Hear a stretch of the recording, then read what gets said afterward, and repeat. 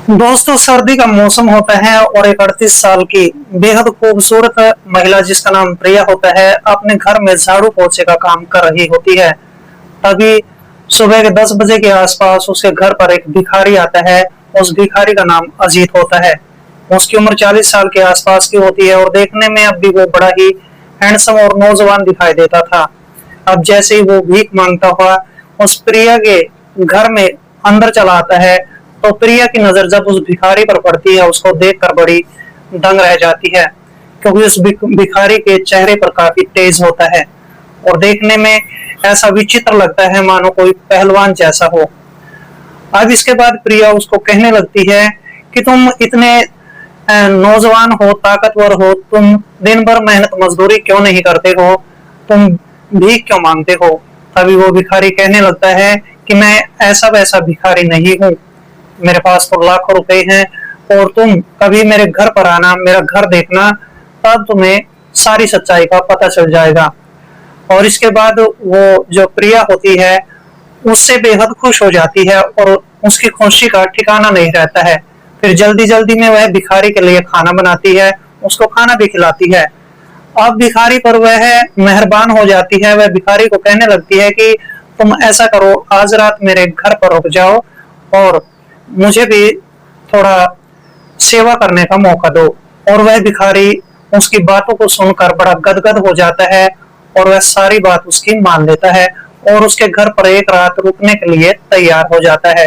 दोस्तों, इसके बाद जब वह भिखारी इसके घर पर रुक जाता है, तो रात के समय में ये दोनों इस घर के अंदर क्या करने वाले हैं, बहुत ही हैरत अंगेज और दिलचस्प कहानी है। दोस्तों, कहानी में आगे बढ़ने से पहले बस केवल आपसे वही एक रिक्वेस्ट है कि आप अपने इस चैनल को सब्सक्राइब कर लें और वीडियो को एक लाइक कर दें। दोस्तों, आप जहां कहीं से भी हमारे वीडियोस को देखते हैं, आप अपना प्यारा सा नाम और सिटी का नाम कमेंट बॉक्स में जरूर लिखें, ताकि दोस्तों आने वाली वीडियोस में मैं आपका नाम ले सकूं।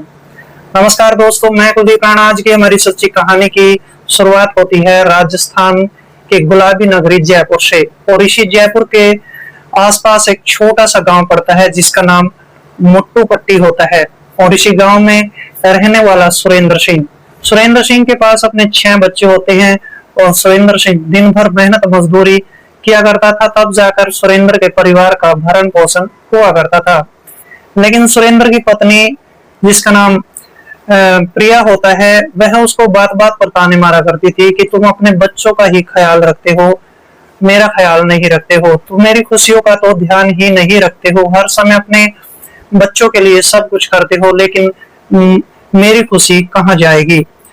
और इस तरह से सुरेंद्र सिंह अपनी पत्नी को काफी देर तक समझाता है कि मैं तुम्हारा भी ख्याल रखता हूँ और साथ में बच्चों का भी ख्याल रखता हूँ।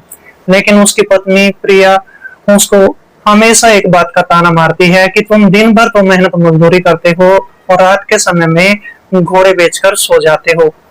बस यही बात सुरेंद्र सिंह को बुरी लग जाती है।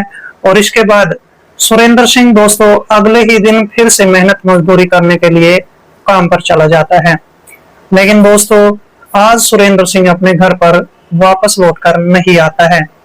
उसकी पत्नी प्रिया परेशान हो जाती है। वह सोचने लगती है कि आखिर रात के 9 बज चुके हैं, उसका पति काम से क्यों नहीं लौटा है। लेकिन दोस्तों खैर आज की रात तो बीत जाती है, लेकिन अगला दिन जब होता है तो अगले दिन भी सुरेंद्र सिंह अपने घर पर वापस लौट कर नहीं आता है।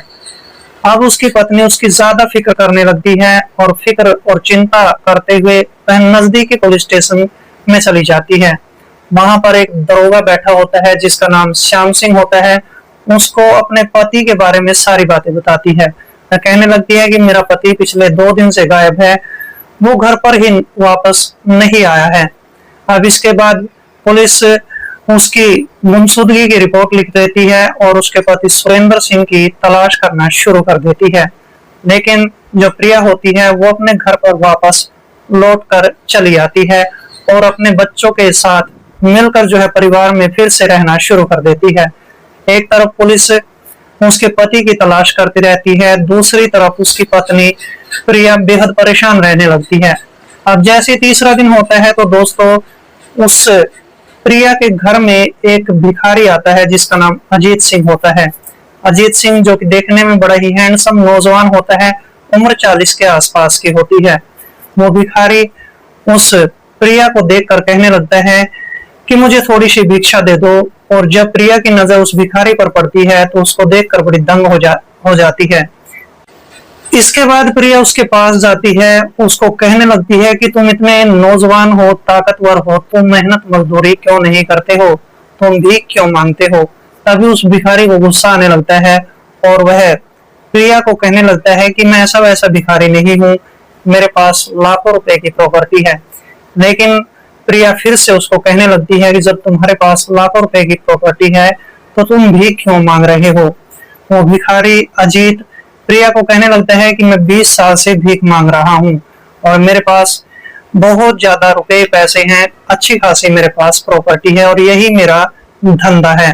खैर प्रिया उस पर अब विश्वास कर बैठती है और जब प्रिया को वह अपनी बातों के मकड़ जाल में फंसा लेता है तो इसके बाद प्रिया सब कुछ भूल जाती है और प्रिया फिर उसके लिए खाना तैयार करती है। कहती है कि मेरे घर पर तुम जो है हर रोज खाना खाकर जाया करो। भिखारी बड़ा खुश हो जाता है, लेकिन प्रिया की जो नीयत होती है वो भिखारी पर खराब हो चुकी थी। अब इसके बाद प्रिया उस भिखारी को कहने लगती है कि तुम ऐसा करना, आज रात का खाना भी मेरे घर पर ही खाना और रात भी तुम्हें मेरे घर पर ही गुजारनी पड़ेगी। अब भिखारी उसकी सारी बातें समझ जाता है। दोस्तों इसके बाद भिखारी अजीत सारे गांव में भीख मांगता है और भीख मांगने के बाद जैसे शाम हो जाती है तो उसके घर पर आ जाता है और प्रिया फिर उससे बैठकर कुछ देर तक बातचीत करती है। बातों ही बातों में प्रिया उसको कहने लगती है कि आज रात हम कुछ ऐसा प्लान करने वाले हैं कि जैसी रात के 10 बजेंगे तो हम दोनों यहाँ से इस घर से भाग जाएंगे। और भिखारी भी वहां पर इस बात को स्वीकार कर लेता है। दोस्तों देखते ही देखते रात के 10 बजे का समय हो जाता है और प्रिया के सारे जितने भी बच्चे होते हैं वो भी सो जाते हैं। और इसके बाद प्रिया अपने कुछ कपड़े लेती है और कपड़े लेकर उस भिखारी के साथ इस घर से रफू चक्कर हो जाती है। अगले दिन भिखारी अजीत उस प्रिया को लेकर अपने घर पर पहुंच जाता है। अब जैसे ही प्रिया भिखारी के घर में प्रवेश करती है तो उसकी आंखें फटी की फटी रह जाती है। प्रिया देखती है कि उसका घर घर नहीं होता है, बल्कि उसका तो घर आलीशान महल जैसा होता है। कहीं पर तो अच्छा फर्श होता है, कहीं घर में झूमर टंगा होता है। और ऐसे घर को देखने के बाद प्रिया की जो आंखें होती हैं वो बिल्कुल फटी की फटी रह जाती हैं। अब तो प्रिया उस भिखारी को कहने लगती है कि मैं तुम्हारे साथ ही अपना सारा जीवन गुजारने के लिए तैयार हूँ। भिखारी कहने लगता है कि तुम ऐसा करो, मैं तुम्हारे साथ जो है शादी करने के लिए तैयार हूँ, तुम मुझसे शादी करो और मेरी पत्नी बनकर इस घर में रहो। तुम जो है सारी उम्र मेरे साथ रहकर ऐश करने वाली हो। और इस तरह से प्रिया भी खुश हो जाती है। लेकिन दोस्तों प्रिया भिखारी के इरादों को नहीं समझ पाती है। जैसे ही 2 दिन का समय गुजर जाता है तो भिखारी को भी उस प्रिया पर काफी विश्वास हो जाता है। और जब इस भिखारी को प्रिया पर विश्वास हो जाता है तो भिखारी उससे कहने लगता है कि चलो कल हम जो है किसी मंदिर में जाकर शादी कर लेते हैं। प्रिया उसको खुशी खुशी कहने लगती है कि आज मैं सारी तैयारी कर लेती हूँ और कल हम शादी कर लेंगे। और आज के दिन भी भिखारी जो है भीख मांगने के लिए निकल जाता है। दोस्तों इसके बाद ये महिला प्रिया किसी एक मेडिकल शॉप पर जाती है, यानी कि दवाइयाँ की दुकान पर जाती है और वहां पर जाने के बाद कुछ नींद की गोलियां खरीदती है। नींद की गोलियां खरीदने के बाद वह वापस से घर पर लौट आती है। देखते ही देखते सारा दिन गुजर जाता है, शाम हो जाती है और शाम के समय वो भिखारी अजीत सिंह भीख मांगकर अपने इस घर में वापस लौट आता है। दोस्तों इसके बाद जो ये प्रिया होती है उसके लिए खाना तैयार करती है। खाने में कुछ नींद की गोलियां भी मिलाई जाती हैं और फिर जब भिखारी उस खाने को खा लेता है तो खाना खाने के 15 से 20 मिनट का समय गुजरने के बाद भिखारी उसको कहने लगता है कि मैं तुम्हारे साथ आज की रात जो है शादी से पहले गुजारना चाहता हूँ। प्रिया भी खुश हो जाती है, प्रिया मान भी जाती है।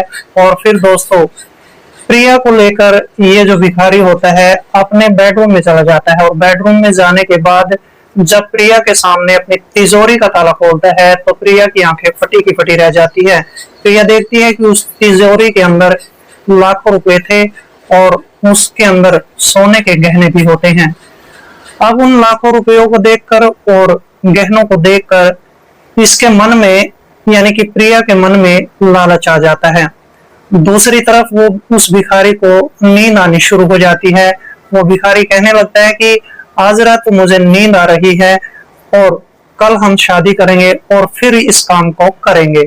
और इस तरह से प्रिया और ये भिखारी एक ही बिस्तर पर लेट जाते हैं। थोड़ी देर के बाद भिखारी को गहरी नींद आ जाती है और इसके बाद जो प्रिया होती है वह किसी धारदार हथियार की तलाश करना शुरू कर देती है और दुर्भाग्य से उसके हाथ में कुल्हाड़ी आ जाती है और कुल्हाड़ी से उस भिखारी पर कई वार कर देती है, जिसके कारण वो भिखारी मौके पर ही दम तोड़ देता है। और इसके बाद ये प्रिया उस तिजोरी में से वो सारे पैसे लूटती है और सोने के जितने भी गहने होते हैं उनको भी लेती है और रातों ही रात यहाँ से फरार हो जाती है और अपने घर पर चली आती है। दोस्तों, जैसे ही सुबह होती है तो सुबह के समय जब पड़ोसियों को पता चलता है कि अजीत भिखारी का कत्ल हो चुका है, उसकी लाश उसके घर में पड़ी है, तो पड़ोसी नजदीकी पुलिस थाने में रिपोर्ट कर देते हैं और पुलिस थोड़ी देर के बाद भिखारी के घर पर पहुंच जाती है। सारे घर की तलाशी ली जाती है और पड़ोसियों से पूछताछ की जाती है। पड़ोसी अभी कहने लगते हैं कि पास के गांव की एक महिला इसके घर पर रहती थी, इसके साथ ही रहती थी और उस महिला का नाम प्रिया होता है। दोस्तों, गांव के जो पड़ोसी होते हैं वो उस प्रिया को अच्छे तरीके से जानते थे और इसके बाद पुलिस अब उस प्रिया की तलाश करना शुरू कर देती है। जैसे गांव में उस प्रिया को तलाशते तलाशते पुलिस पहुंचती है तो प्रिया के घर पर भी पहुंच जाती है। उस समय प्रिया अपने बच्चों के साथ घर में ही बैठी हुई थी। दोस्तों, पुलिस प्रिया के घर में पहुंचती है, प्रिया से पूछताछ करती है और जब प्रिया के घर की तलाशी ली जाती है तो प्रिया के घर में से लाखों रुपए मिलते हैं और सारे गहने भी मिल जाते हैं। इसके बाद पुलिस प्रिया को गिरफ्तार करके पुलिस थाने में ले जाती है और पुलिस स्टेशन में ले जाने के बाद उसकी जमकर पिटाई की जाती है। प्रिया तुरंत अपना जुर्म कबूल कर लेती है। वह कहने लगती है कि मुझे पैसों का लालच आ गया था, जिसके चलते मैंने भिखारी का कत्ल कर दिया है। लेकिन पुलिस अब उस पर और भी ज्यादा शक करने लगती है। वह उसके पति के बारे में भी उससे पूछने लगती है। जब पुलिस थोड़ी और उस महिला की जमकर पिटाई करती है तो वो महिला पुलिस के सामने चौंकाने वाली बात सामने रख देती है। पुलिस को वो महिला बताती है कि मैंने अपने पति का कत्ल कर दिया था और वो उसका कत्ल करने के बाद उसको बोरी में भरकर पास के कुएं में फेंक दिया था। इसके बाद पुलिस उस कुएं से उसके पति की लाश को भी निकलवाती है और फिर दोस्तों इस महिला के खिलाफ एक चार्जशीट तैयार की जाती है और इस पर एक मुकदमा दायर कर दिया जाता है। और इस तरह से इस महिला ने अपने पति का भी कत्ल किया था और उस भिखारी का भी कत्ल कर दिया था और जिसके चलते इसका पूरा जो जीवन होता है वो बिल्कुल बर्बाद हो जाता है। दरअसल दोस्तों, इस कहानी को सुनाने का मेरा उद्देश्य किसी का दिल दुखाना नहीं था, बल्कि आपको सजग करना था, आपको सतर्क करना था। तो मिलते हैं दोस्तों किसी ऐसी कहानी के साथ, तब तक के लिए दोस्तों जय हिंद, वंदे मातरम।